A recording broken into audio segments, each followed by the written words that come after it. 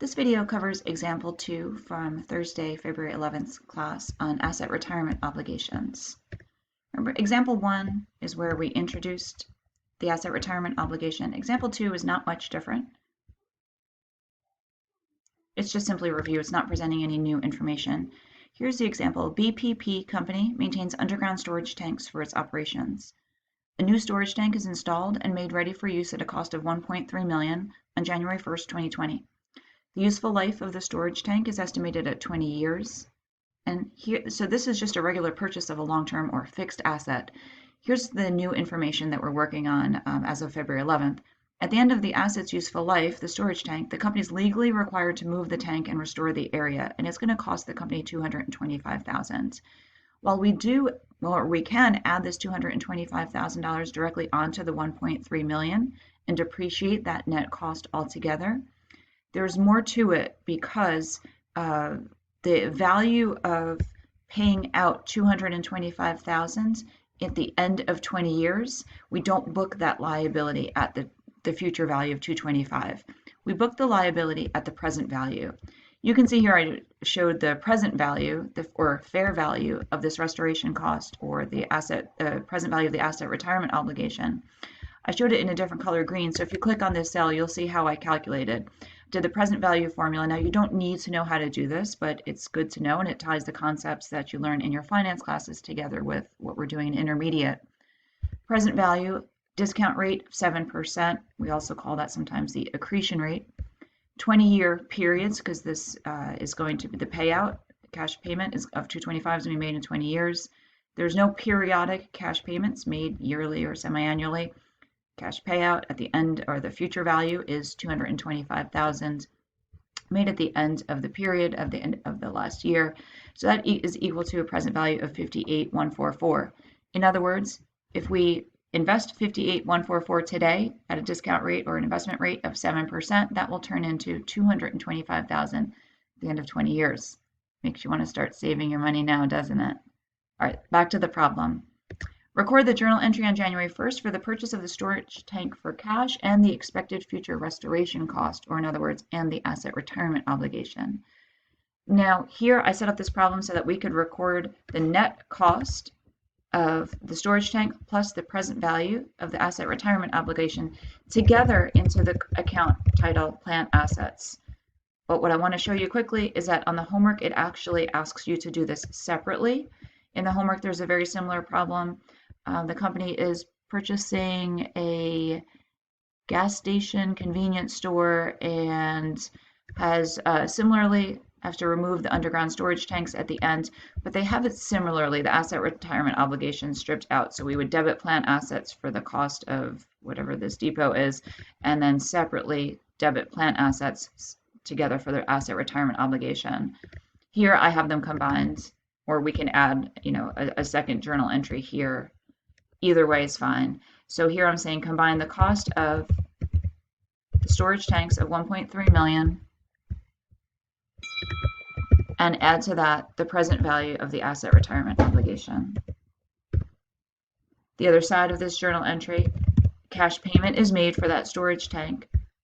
$1.3 million doesn't clearly say that it's paid for cash, but just know that it is. Otherwise, it would be some kind of payable. And then remember the difference, this $58,144 gets recorded to the liability account asset retirement obligation. Then over time, at the end of each accounting period, so at the end of this first year, we need to record 2 journal entries. One, straight line depreciation of the plant assets. So we're going to debit depreciation expense, credit accumulated depreciation.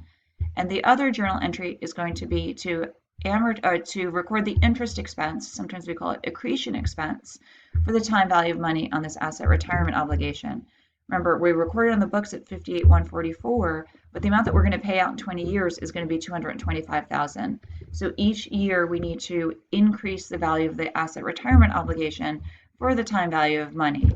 And we're using this, we're growing it at this rate of 7%. We're recording the journal entries for depreciation of the plant assets across 20 years using straight line, and we're also recording a journal entry for the time value of money. Of course, the order doesn't matter which entry comes first. If we want to do the depreciation expense entry, we can start there.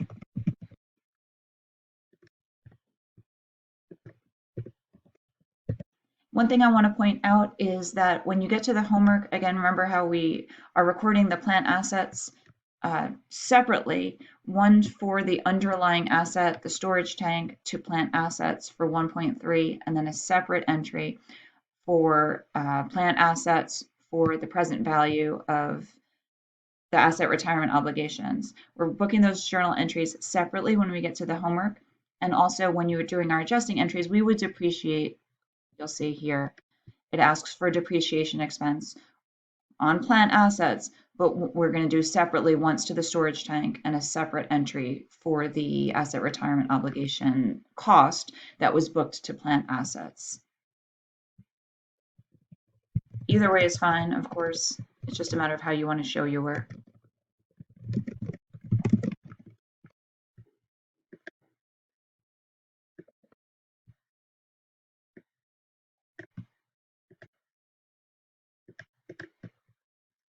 Okay, so I booked the depreciation expense entry for the net of the two costs together, the cost of the underlying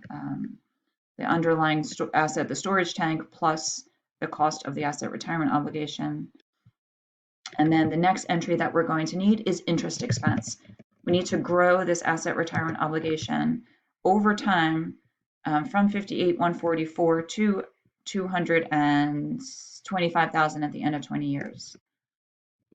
And when costs grow due to the time value of money, we call that interest expense. Sometimes we see this expense shown as accretion expense, but for purposes of this class and homework, we're going to call it only interest expense. So what is the amount of interest expense? We're going to take the beginning carrying value of the asset retirement obligation and multiply it by the company's discount rate, also known as the accretion rate, which in this example is 7%.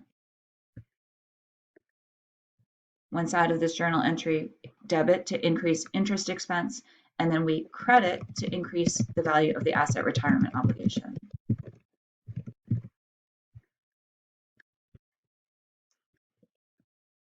Once these entries are recorded, what will the balance sheet report for the asset retirement obligation?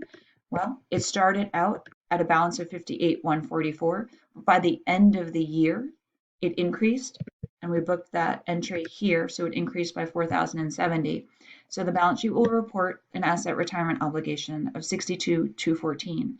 Now, if we were asked to do the journal entry at the end of 12/31/21, when we calculated the our increase to interest expense and the asset retirement obligation, we would no longer use the beginning carrying value of 58,144. We would use the beginning carrying value of 62,214, multiply that by the interest rate. So we see that each year the interest expense grows. Okay, so those journal entries would be recorded every year at the end of the year, all the way till the end of the asset's useful life, the end of 20 years. And the end, so we end 2039, we fully depreciated the assets. Our asset retirement obligation now has a balance at December 31st, 2039 of 225,000. Assume that a couple weeks later, on January 15th, 2040, the tank is removed at a cost of 200,000. Record the required journal entry. So what do we need to do? We are paying out cash of 200,000. We're maybe contracting with repair people to take out that storage tank. They bill us, it's $200,000. We no longer owe that amount, so we debit to reduce the asset retirement obligation. Remember, we recorded it at 220. Well, we recorded it at 58,000. It grew over time to be when all of the journal entries were booked at the end of each year for the full 20 years. We grew that asset retirement obligation to a balance of 225,000, our original estimate. There's a difference. Our original estimate is not exactly what it worked out to be. We know that this is a credit, so that must be a gain. Anytime we are recording a revenue or gain account, we credit to increase So this is going to be the account title that we're going to use is gain on settlement of the asset retirement obligation.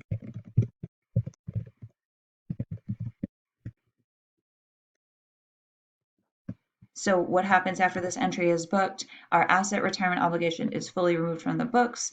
The plan asset account has been fully depreciated, offset with accumulated depreciation. So we can record a journal entry to take that off of the books. We're not doing that because that's not what we're focusing on here. But by the time the 20 years is finished, we've taken all the assets off of the books and as well as their related liability for the asset retirement obligation.